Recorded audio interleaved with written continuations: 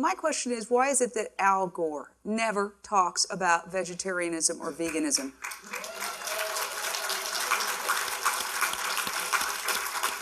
I can't answer for Al Gore. I mean, I can just speak for myself and for the facts, and the facts, as we have already discussed, are that if you do go vegetarian, you will help to save the planet. But he has all these websites, and I've contacted those websites, and I say, why are you talking about light bulbs and transportation when the biggest cause of global warming, according to the United Nations, is meat production? And you know what they say? We don't want to go there. I have that as a quote I called as a journalist. Could you give us your perspective on the meat industry, please? What is its impact on our present situation? Sure. I wanted to talk about the connections more generally also between food and climate change. And I want to start off by briefly highlighting two conditions of our world today that I think are important to keep in mind. One is agriculture, both the production of plants and animals, is the single largest human land use out there on the planet. Agriculture contributions to greenhouse gases is quite enormous, as you were saying. In terms of carbon dioxide, 21 to 25% of anthropogenic human-made emissions are from agriculture, about 60% of methane from agriculture, and 65 to 80% of nitrous oxides. And as Dr. Ching was saying, methane is 30 times more potent approximately than carbon dioxide, and nitrous oxides is 200 times more potent per molecular weight than carbon dioxide. So these ones matter too. We need to address all of them. And then the other thing I want to highlight is the extreme inequalities in the world today that we have. We have a handful of billionaires own more wealth or as much wealth as the 48 poorest countries in the world, and that's about 3 billion people, about half the world's population. This kind of inequality in wealth also translates into food access, and so we have between 800 million and now maybe 1 billion or more people without adequate access to food on this planet. That's close to a sixth of the population. We've seen food riots around the world in various countries as a manifestation of this inequality. And the World Economic System basically doesn't work for those people who can't afford to purchase food. So what I mean by this is that we basically have enough food. We do have enough food to feed everyone on the planet, but we're not doing so. Millions of people have inadequate diets. So I want to highlight those two propositions and then talk from there. Basically, as we've been saying, meat really matters. The Agricultural Sustainability Institute here at UC Davis recently had an international conference looking at the effects of, or the low-carbon diet, as we might call it, trying to move diets towards lesser climate change impacts. And in the report coming out of the workshop, note this is academics who typically highlight uncertainty. The issue of plant protein versus animal protein is not a high priority for new research, as existing research has already overwhelmingly demonstrated that plant proteins are almost always environmentally superior to protein from livestock from the perspective of energy intensity and greenhouse gas emissions. So we have about 56 billion animals on the planet that are slaughtered annually. They consume about 80% of the world's soybean crop and about 50% of the world's corn crop. It's quite astounding when you look at it that way. Livestock's production contribution to greenhouse gases is greater than the transportation sector. That's quite amazing as well, in that we usually think of driving and flying when we think of reducing our own emissions, or alternatives to driving and flying, like bikes and so forth. So why is this the case? I just want to go back to the food chain that's feeding the animals. First, of course, fossil fuel inputs are used in the growing of the feed. So that means we're turning natural gas into synthetic fertilizer. It's a very energy intensive process. We burn gas to do that. Modern pesticides, very similar thing. Also, we transport that grain using fossil fuels to feed the animals, since we have a disconnect now between concentrated animal feedlot operations and the feeding systems. And the third, though, is the most important, and that is whenever an organism eats food, it gets energy from that and also turns it into body mass. But during that conversion, you lose about 90% of the energy in that food. Yeah, it's rough. So as Howard was saying, we have a situation in which it takes about 16 pounds of grain in order to make 1 pound of meat. In addition to that, of course, we've highlighted the methane contribution. That is, livestock contribute a great deal to other greenhouse gases, not just carbon dioxide. Animal agriculture is responsible for about 37% of all anthropogenic methane emissions and about 65% of all nitrous oxides emissions. That's animal agriculture alone. And of course, we have a great deal of energy going into heating and cooling concentrated animal feedlot operations, and we also have a vast amount of energy that it takes to keep the meat cold once you slaughter it and move it to the consumer. All of that is very energy intensive and therefore emits greenhouse gases.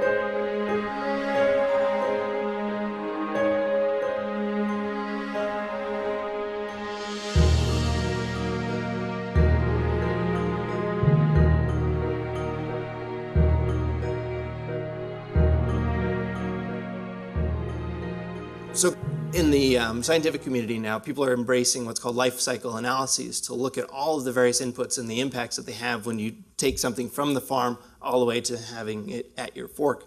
So when you do that and you look at a kilogram of beef, the equivalent of 36 kilograms of carbon dioxide are emitted for that. If we look at pork, it's about 6 kilograms, so it's 6 times more efficient. But if we look at dry peas or beans, it's about 0.6. So we look at that another way. Dry beans, peas, adequate source of protein per kilogram are about 60 times more efficient in terms of greenhouse gas emissions than a kilogram of beef. Quite striking. So basically, plant-based diets are far more sustainable than diets based on grain-fed meat. Reducing our consumption of industrial produced meat will greatly reduce the emissions of greenhouse gases. And in addition to that, we also face challenges in terms of plant-based agriculture. It's not just animal-based. We have to deal with the fact that most of our plant-based agriculture relies on fossil fuels, both as for mechanized inputs and also for fertilizer. So we need to move away from this, of course, looking at the non-renewableness of fossil fuels. We have to increase the use of legumes, that would be clovers and alfalfas, in order to make up for the nitrogen that we'll lose through the synthetic nitrogen that we won't be able to use in the future. And also we need to actually integrate livestock in a synergistic way in which livestock wastes, as they've been used historically, are actually used as fertilizers on farms to recouple those cycles. And then what I do want to say also is that just reducing meat and also increasing the sustainability of agriculture is not necessarily going to address the current food crisis. So that even if we take all the grain, or if we free up all the grain from all the meat that we eat, it won't solve the hunger problem because it's not caused by lack of food, it's caused by lack of access to food because of lack of purchasing power of the poor. So we need to address its root, which is poverty. And so I see the following as essential. We have to understand that our current economy actually concentrates power in the hands of the wealthy, and as Howard was saying, they have undue influence over our politicians. We also have to free ourselves of the ideology that free markets are going to solve our problems and instead see that the rules of the market, we actually have to set them by society to serve social goals. So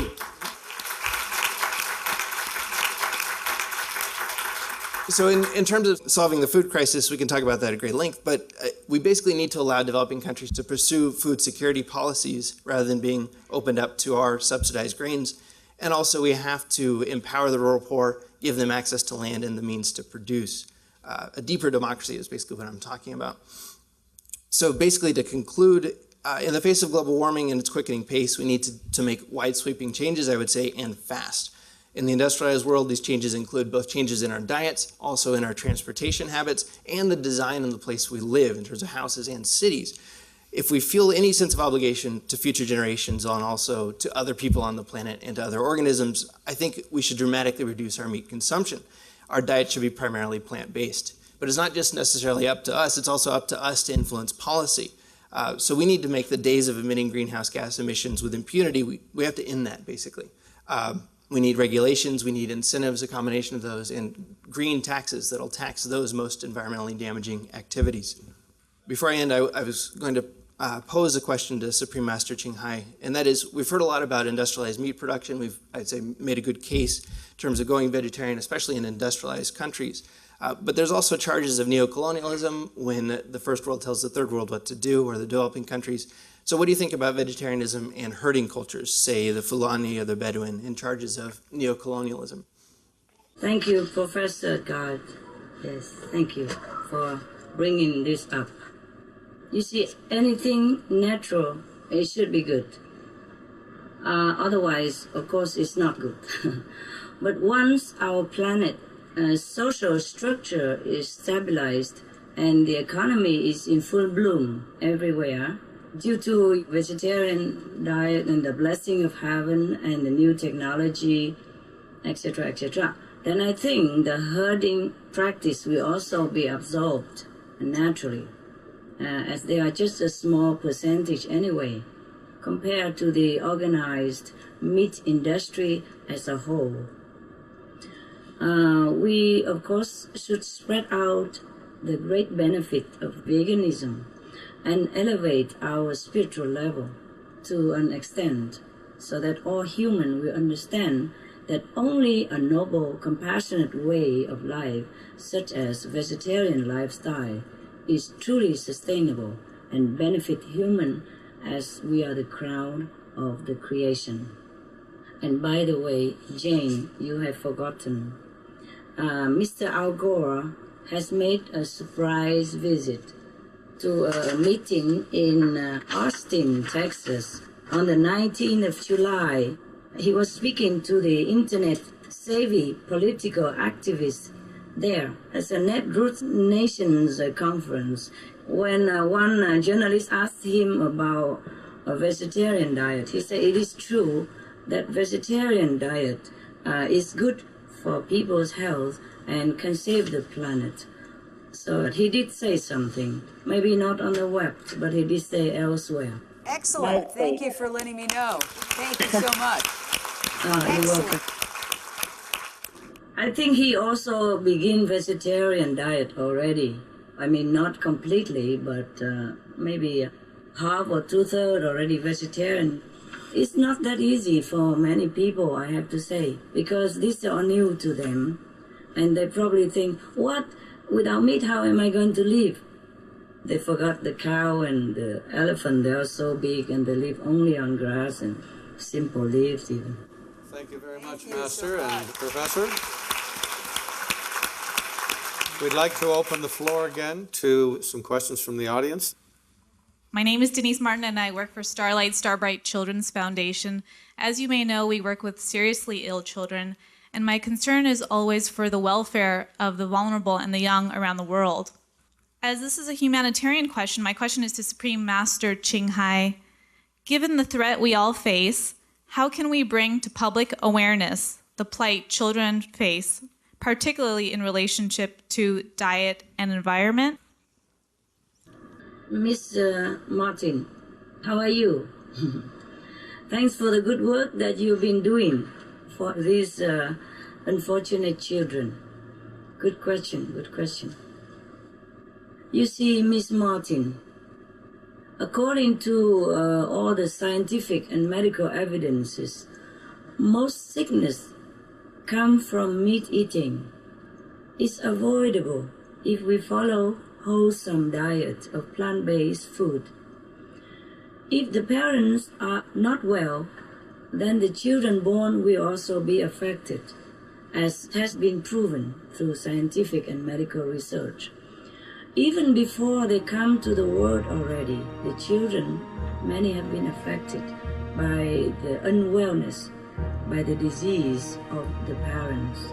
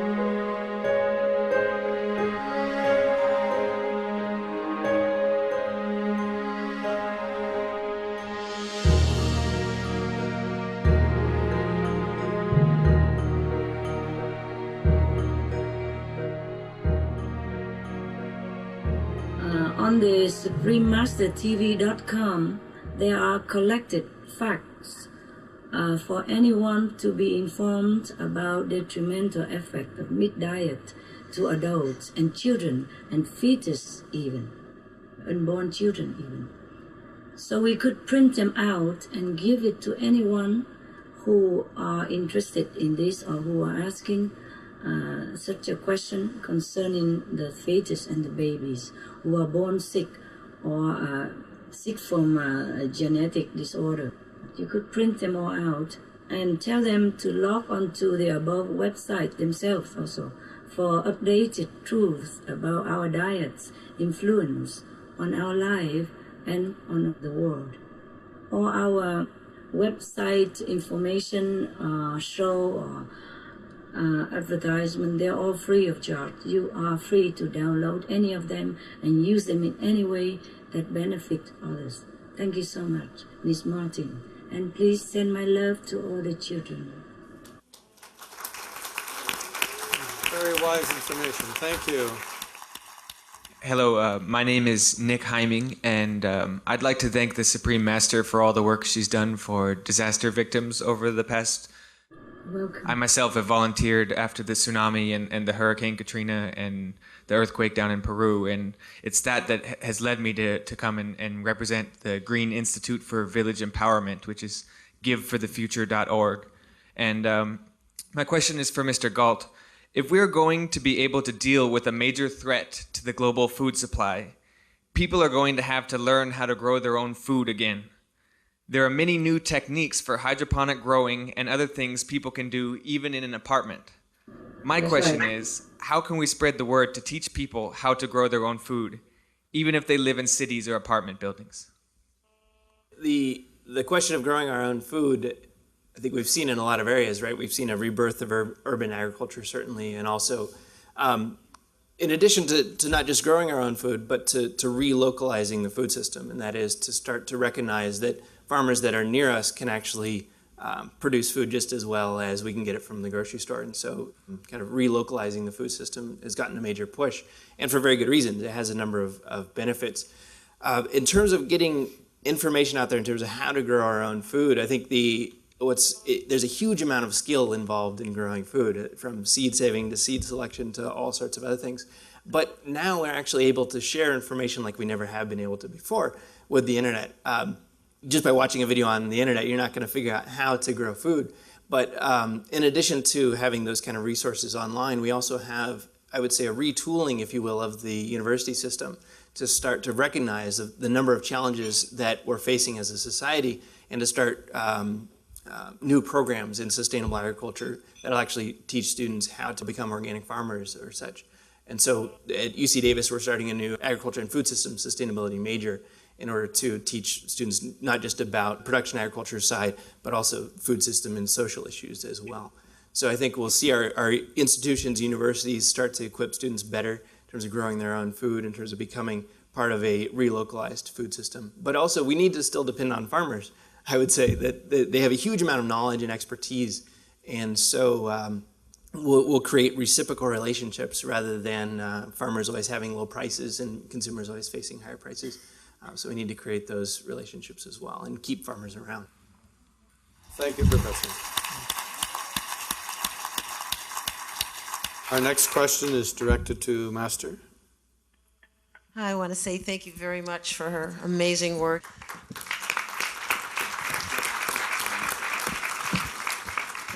I'm Janice Belson. I'm the founder and director of Medicines Global, and I have the incredible opportunity of working with a lot of at-risk youth here, getting them to talk to each other. My organization is called Medicines Global. You can read about us at medicinesglobal.org. And one of the key points in our Outdoor Youth Ambassador program is diet, nutrition. And my question really is, it's clear that we must encourage school cafeterias to help our youth enjoy a vegetarian diet. The kids grow up eating potato chips and Coca-Cola, and they have such a very limited idea about what we're talking about. How can we encourage those that actually supply the food to our children to help us have more vegetarian choices? Thank you. Thank you, Janice. Thank you. Thank you for concerning about the health and happiness of the children. Thanks for your good heart. It has not been very widespread, the vegetarian diet, I have to say. Even up to now, many people who are vegetarian, who has to be like a closet vegetarian for fear of being ridiculed and mockery. Now, I have appealed to all of the vegetarian and vegans people to come out and try to help as much as they can, because you are the heroes of the planet. There is no time anymore to hide or to worry about what people think about us anymore. We are good. We are good. We are noble. We have to spread the news for everybody to join the vegetarian circle in order to save the planet. Janice, I think you can talk to them and write to them and present to them with all the scientific and medical facts about the harmful effects of meat-based diet and the enormous benefit of vegetarian vegan diet. You tell the school to choose wisely as well with the same facts above, and pray that we change. On the SupremeMasterTV.com, you can have all the facts you need up to date about the harmful effect of meat. We have even all the scientists' name and all the medical evidence of the meat diet that harm people and gives so enormous sickness. Now in Slovenia, even after my visit in Slovenia, some of the Waldorf schools provide now only vegetarian meals, and other schools bring their own meal. They don't cater meat anymore. So you can suggest the same to the school boards of directors. Give the parents also the infos, the sheets that you have printed out from anywhere on the internet or from our SupremeMasterTV.com about the harmful meat diet and the beneficial vegetarian diet. Good luck and blessed be your noble endeavor. Janice. Some excellent suggestions. Thank you, Supreme Master. Thanks to the panelists for being here, and thank you, Supreme Master Ching for spreading your love in action around the world. I would like to ask about the methane gas trapped under the permafrost layer. Could Supreme Master Ching and Dr. Singh elaborate about what research is saying and the risk to human health? Thank you. Dr. Singh have told you a lot already, and I ask his permission to answer your question. Roughly speaking, the research show that methane gas can cause headaches. I'm not talking about global warming and trapping heat and all that yet. Now, the methane gas can cause headaches, respiratory system, heart malfunctions, and in more concentrated dose, death by suffocation. It is similar to carbon monoxide poisoning. It is 23 times more deadly than CO2. And livestock produce up to almost 40% of global methane gas. Also accounted for 65% of global nitrous oxide, which is 310 times more lethal, more deadly than CO2, carbon dioxide. And they remain many long years in the atmosphere.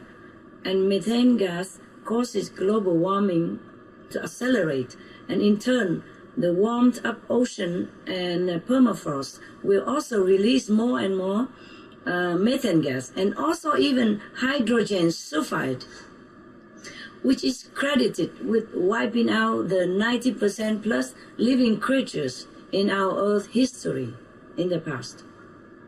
So it's not just methane we are worried about, it's so many gases from the ocean. And depends on the concentration dose, just the hydrogen sulfide alone can cause irritation of different body organs, eyes, nose, throat, bronchial constriction, spontaneous abortion, impaired bodily functions, headaches, dizziness, vomiting, coughing, difficult breathing, eye damage, shock, coma, and death, etc. If concentrate dose is high enough, like for example 1,000 parts per million ppm, then even one single inhalation cause immediately breathing stop and collapse. So there was some reports about animal farms in Minnesota which produce also hydrogen sulfide that causes people in the vicinity to vomit so much that they had to flee their own homes. And you can look for an article on July 17, 2008 on the Environmental News Network. And another incident on North Carolina in which residents from 26 counties are forced to stay indoor as the air quality was so poor and filled with pollutant, including highly toxic gas hydrogen sulfide from animals. So this article you can find also on the News and Observer, dated June 19, 2008. These are the recent events, and probably much more before. I'm sure these are not the single incidents concerning hydrogen sulfide produced by livestock. So other articles by the Telegraph on December 9, 2007 on the Earth Times also reported cases of deaths in other countries due to methane and hydrogen sulfide gases.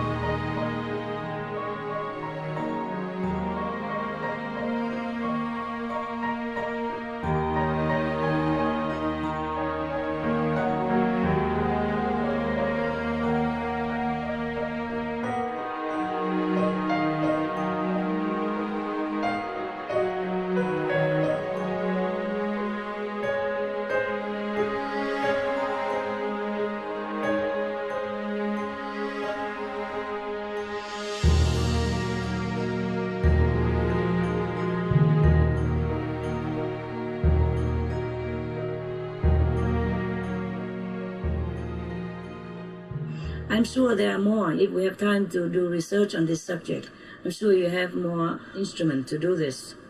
The United Nations has recently offered a website concerning these matters. Maybe you could find more info there. I'm sure we can, yes. But that's scary enough already, I think. Okay, thank you, Supreme Master. You're welcome, love. We have another question here from fellow Canadian, Florence Etienne. Welcome. Bonjour, Maître. I'm Florence Etienne. I'm a linguist, and I'm so pleased to be here. And I want to thank you so much for teaching us the one main language, the language of love. Yeah. My question is for you. What percentage of the American people would be necessary to make a major change in climate change and in world hunger? Good. Good question, madam. Good question. Yes. I'm sure you must have been very concerned in order to think of this question. In all my calculation and insight and humble opinion, in the USA, if we want to make a truly real contribution to halt global warming, then 70% of the population of Americans should be vegetarian. I hope they will be. The trend is growing, madam. The trend is growing. I hope we will reach 70% pretty soon before the 3 years and 4 months is up. And the more people join vegetarian, the more time we gain to be able to deal with the global warming. And also, vegetarian will stop world hunger as well. You know that. Supreme Master, I think that wraps up our questions for this panel. Thank you so much, Supreme Master Ching Hai, for your wisdom. Thank you so much, our amazing panel, for their wisdom.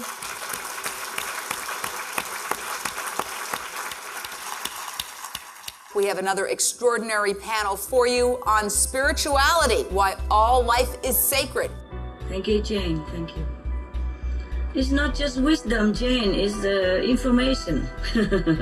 Information that is available nowadays on the internet.